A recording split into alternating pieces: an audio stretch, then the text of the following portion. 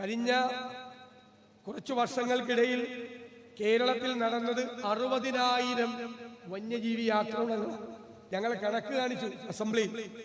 60,000 വന്യജീവി ആക്രമണം, 1000-ലധികം പേർ കൊല്ലപ്പെട്ടു. ഈ ആറളം ഫാമിൽ തന്നെ ആന ചവിട്ടിക്കൊന്നവരുടെ എണ്ണം 17. ഗുരുതരമായി പരിക്കേറ്റ് കിടക്കുന്നവർ എത്ര പേരുണ്ട്? ചികിത്സാ സഹായം പോലും കൊടുക്കുന്നില്ല അവർക്ക്. ഒരു തരത്തിലുള്ള ധനസഹായമില്ല. ഇപ്പോൾ എന്നെ കാണാൻ വന്ന് ബുദ്ധിമുട്ടി ഇവിടെ കയറിയവർ ആനയുടെ ആക്രമണത്തിൽ നടുവിന് പരിക്ക് പറ്റിയവരാണ്. കുടുംബം അനാഥമായി. കുടുംബത്തിലെ ഏണിംഗ് മെമ്പറായിരുന്നു അവർ. ആ കുടുംബത്തിൽ പ്രയാസമായി, ജീവിക്കാൻ നിവർത്തിയില്ലാത്ത സ്ഥിതിയായി. കോമ്പൻസേഷൻ, തുച്ഛമായ നഷ്ടപരിഹാരം, അത് തന്നെ 4,000-ഓളം പേർക്ക് കൊടുക്കാറുണ്ട്.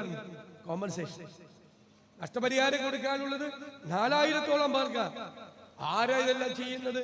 ഗവൺമെന്റാ. ഗവൺമെന്റിന്റെ സാന്നിധ്യം ഇവിടെ ഉണ്ടോ?